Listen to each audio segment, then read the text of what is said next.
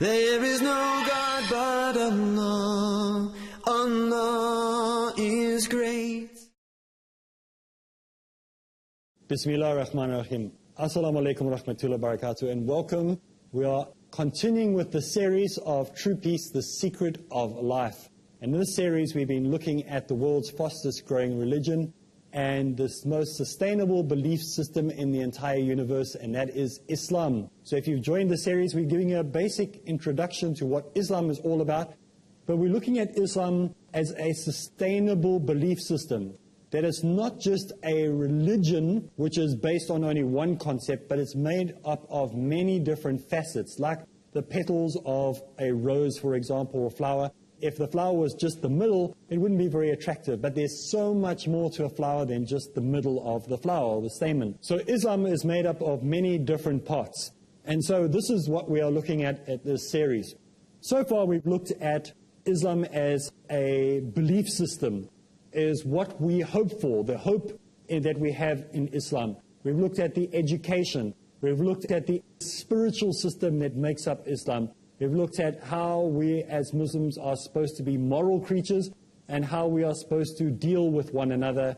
And now we are looking in this episode, inshallah, today, on human responsibilities. Last time we spoke about how we as humans need to be responsible towards our society. And the way we spoke last time was that we need to have responsibilities towards the poor, those who are in need, how to give charity, and how charity is a human responsibility.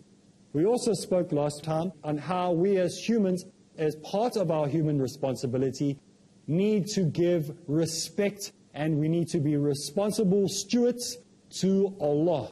Allah who created us from nothing and gave us this world, gave us this planet to live on. Because Allah has given us this life to live, He has made us different from the rest of His creations. But there are certain rights that we have as human beings that Allah has given us. And today, inshallah, we'll be looking at those rights or those responsibilities. Remember, I said that I prefer not to use rights, but rather the word responsibility. What are the responsibilities of a husband? In the Quran and in the Hadith, we have many different descriptions about the responsibility of a husband to the wife to the husband, the wife to the children. Inshallah, that's what we're going to be looking at today. So what are the responsibilities of the husband? The responsibility of the husband is to live in a moderate and nice way with his family and his community. In other words, he mustn't be a person who is an extremist, going from one extreme to the other, losing his temper, being angry, being violent. And this we can read in Surah Nisa in Ayah 19. So it talks about how we need to live in a moderate and nice way as a husband. Also speaks about how the responsibility of a husband is to save his family from the hellfire. How he is to be the one who is to guide and teach. As the head of the family, it is his responsibility to steer his family clear from the hellfire. Not to allow them to do things that will lead them to the hellfire. Today we live in a world where people are compromising, where parents are told, don't correct your children. Don't tell your daughter or your son who is now experimenting in different sexualities, or experimenting with drugs, or experimenting with alcohol, or experimenting with steroids. We say to them, no, don't be strict on them. They're going through a phase. It is your responsibility as a father to prevent that from happening, because if he dies, he is going to the hellfire, and you will be held responsible for that. You will be the cause of that happening. You are not your children's friend. You are not your children's buddy. You are not your children's brother. You are your children's father. And if they hate you and they don't like you, then that's the way it's going to be. You have a responsibility. Trust me. Believe me on this. They may hate you now, but they will love you one day. They may hate what you say now. Your child might say to you, I hate you, Father. I hate you, Daddy. I hate you, Papa. Whatever he might call you. It's better that he says that than for you to be the cause of your child dying and being taken to the hellfire. It is better that he hates you. So it is your responsibility to save them from the hellfire. It is your responsibility as a husband to be the best to your wife, better than anyone else can possibly be to your wife. Your wife has chosen you of all the men on the earth, or you have chosen her of all the women.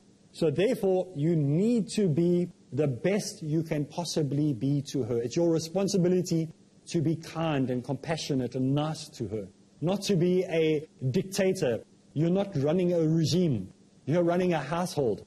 And therefore, you need to have responsibility towards your family and being compassionate and kind towards them. Your responsibility is to provide for their food. It is your responsibility to provide for their clothing. It is your responsibility to provide for their shelter.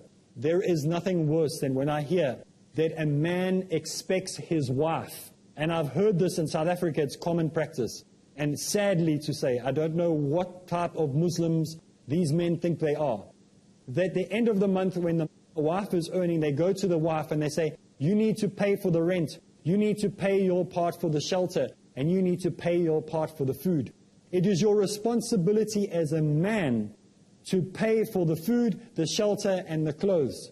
If your wife chooses out of her own free will to participate in that, subhanallah, alhamdulillah, you have got a good wife that does it. But you do not demand it and go to her like your rent is due. Why have you not paid your rent, wife? This is what's happening in certain parts of the world. And this is not what your responsibility as a human male is, as a husband is. As a husband, it is your duty to look after them. If your wife chooses to do that, then you have a good wife, and then you must thank Allah for that. But it is not her responsibility. It is your responsibility to do that. And if you're a man who's telling your wife she must pay half the rent, she must pay half the electricity and all that, and you're making her do that, you need to re-look at yourself. You need to ask yourself what type of Muslim you are, because it is your responsibility. It's different. Understand me. Please do not send me emails with the other things on it. Please understand, if she chooses out of her own free will, then that's different.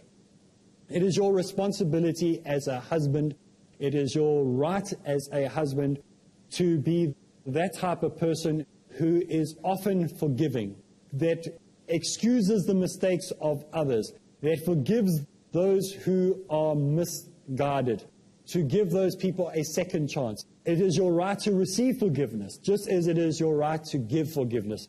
And these are the rights that a husband has. What about the rights of the wife? The wife has responsibilities. The wife has responsibilities over the household. She has responsibility over the children.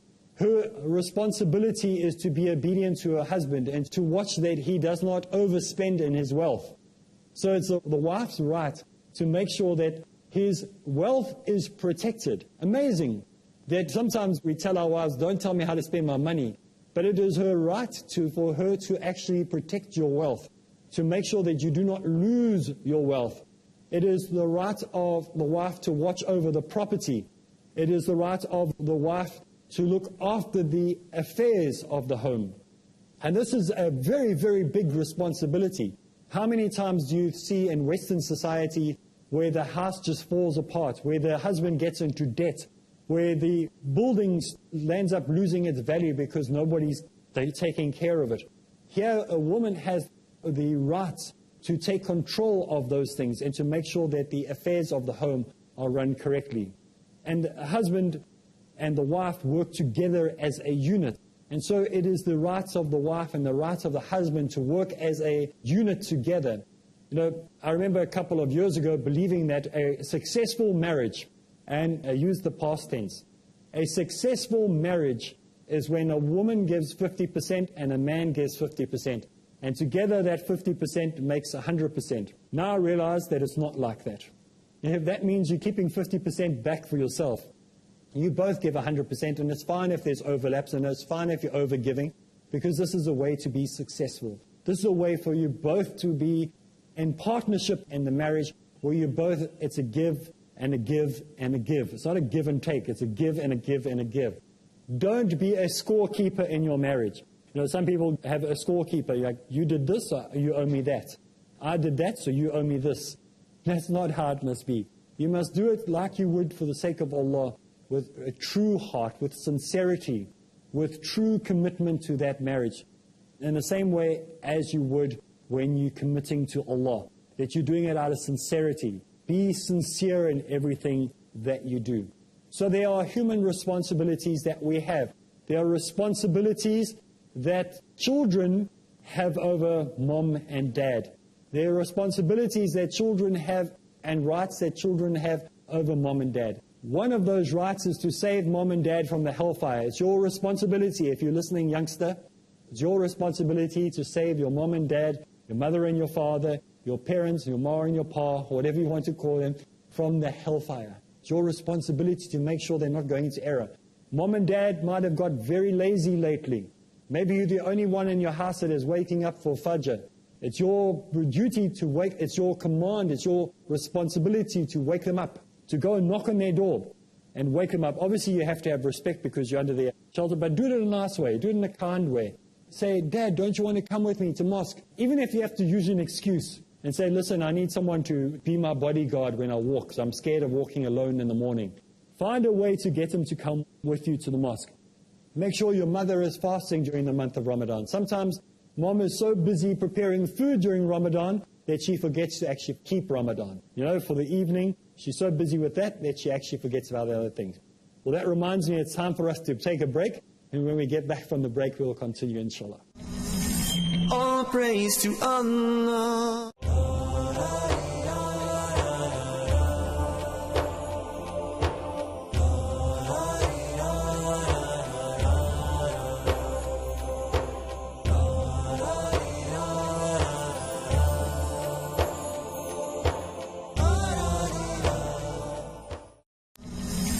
All praise to Allah. Assalamu alaikum wa rahmatullahi wa barakatuh. Bismillah ar-Rahman ar-Rahim. Welcome back.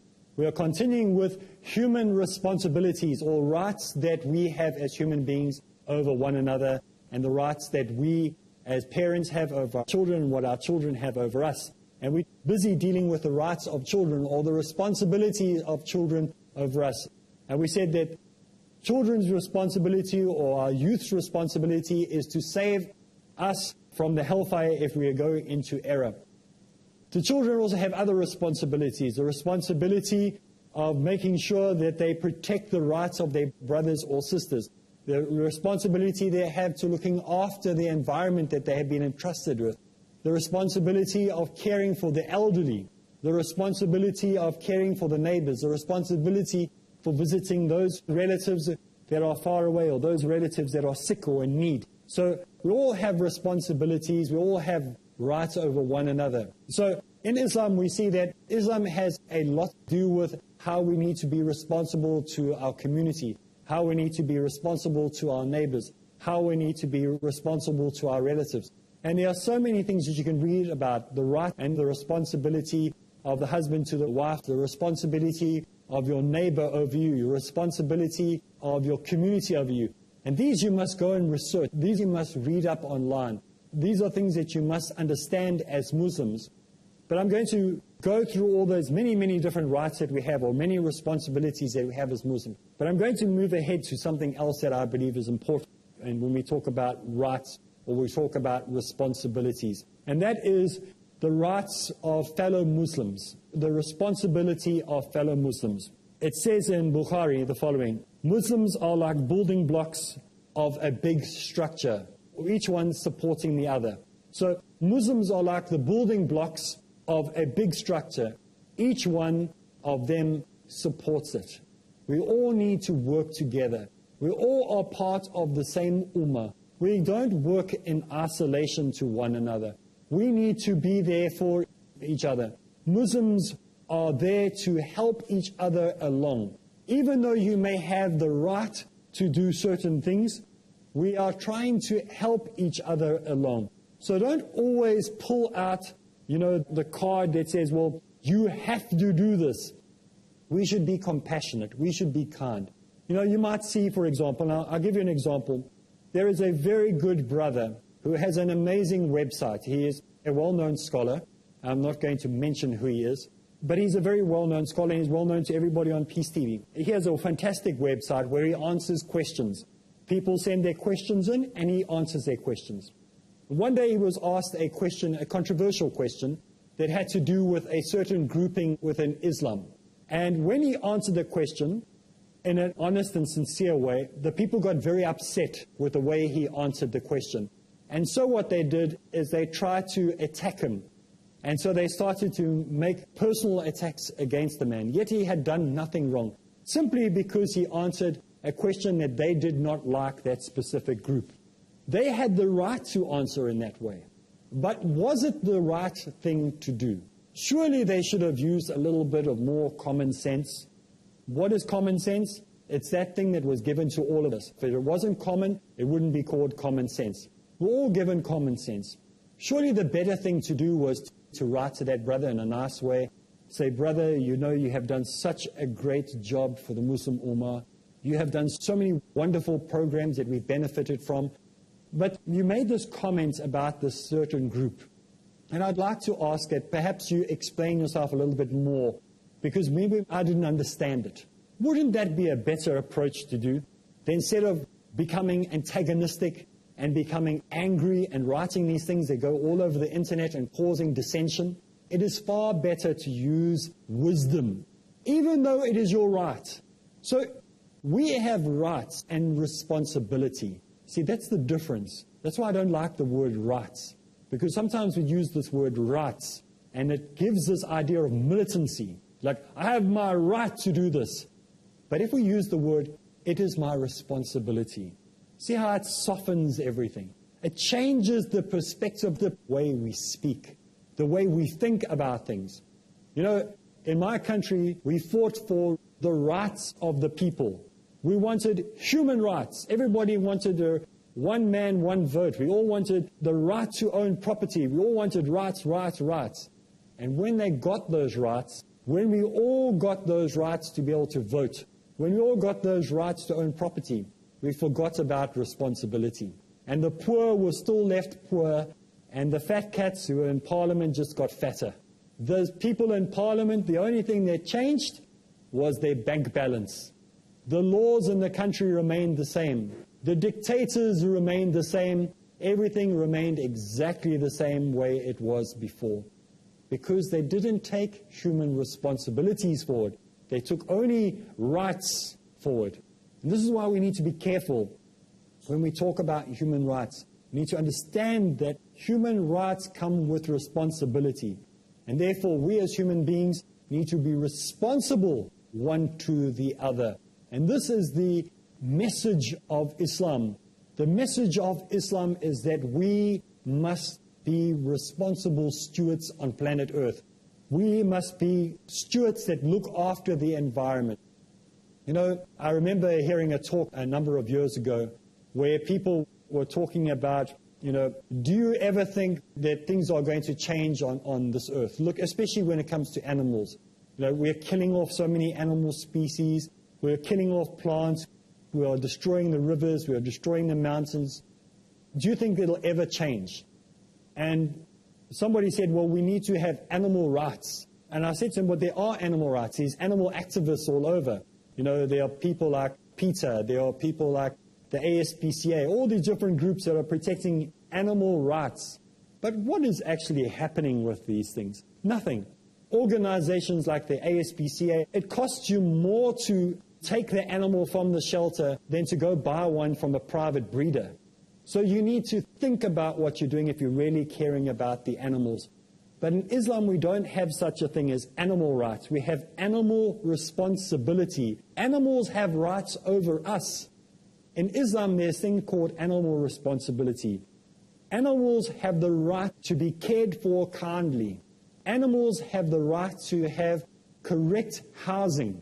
They are not permitted to be put into a tiny little cage with artificial light that never see the light of day. They have rights over us. They have a right to be outside. They have a right to eat proper food. They have a right to nutrition. They have a right to be fed. There is no such constitution if you look in these so-called animal activists or animal rights. We have animal responsibility in Islam. An animal has a right to be treated correctly. If an animal is killed for food, it has the right to be put down in a humane way, and it needs to be done quickly, without any fear. The animal that is already injured or hurt is not permitted to be injured or hurt. It has rights over you. So we don't find these in animal activism. We find this in Islam. Islam gives humans responsibilities towards looking after animals, and animals have rights over human beings. There is a reward in Islam for looking after animals, even an animal that is thirsty. And by giving an animal something to drink, you have fulfilled a need, you have fulfilled a requirement in Islam. You have fulfilled the requirement of looking after one of Allah's creation. So we have to be careful how we look after our environment, how we care for those animals around us. There is a difference between Allah's rights and humans' rights. Our responsibility is to thank Him for what He has given. He is the caretaker of everything that we see. He created everything that there is. Nothing will hold in place unless He ordains it to be held in place. The very breath that you take is the responsibility of Allah. He allows you to breathe in and out. You think you are breathing in and out, but at a moment it could stop. Allah chooses the hour and the second and the moment that things begin and things end. It is our responsibility to thank Allah for everything that we have been given. We as human beings have been given the greatest responsibility on earth, and that is to care for everything that we have been given, to care for our families, to care for our loved ones, to care about those people who are next door to us, who run us down, who speak badly about us, who degrade Islam, who make comments about Islam. It's our responsibility to convey the message of Islam to them in a proper manner, by good conduct. In this series so far, we have looked at how to have a good character, how to have good conduct, what our social responsibility is, how to be moral beings, how to pray, how to give zakat, how to fast in the month of Ramadan. We've looked at many, many aspects on what it means to be a Muslim. And you know what? We're not even halfway through the series. That's how much there is on how to be a good Muslim, how much there is that makes up a Muslim. Today we've looked at human responsibility, and we've looked at what we are supposed to be in this world today as Muslims. If you're not a Muslim and you're watching this program and you're finding that it's interesting, you didn't know that Islam consisted of all these things, that so many things were required of a Muslim, that so much makes up the religion, or should I say the belief system of Islam. You just thought that Islam was saying La ilaha illallah Muhammadur Rasulullah. But there's more to Islam than that. Saying La ilaha illallah Muhammadur Rasulullah is very, very, very important, don't get me wrong. But there is so much more to Islam. So we've run out of time again. I just want to encourage you to join in again next time, where we learn more about ways that you can be a successful Muslim. So from me, Areeb Islam, till next time, Assalamu alaikum wa rahmatullahi wa barakatuh. Subhanallah walhamdulillah wa la ilaha illa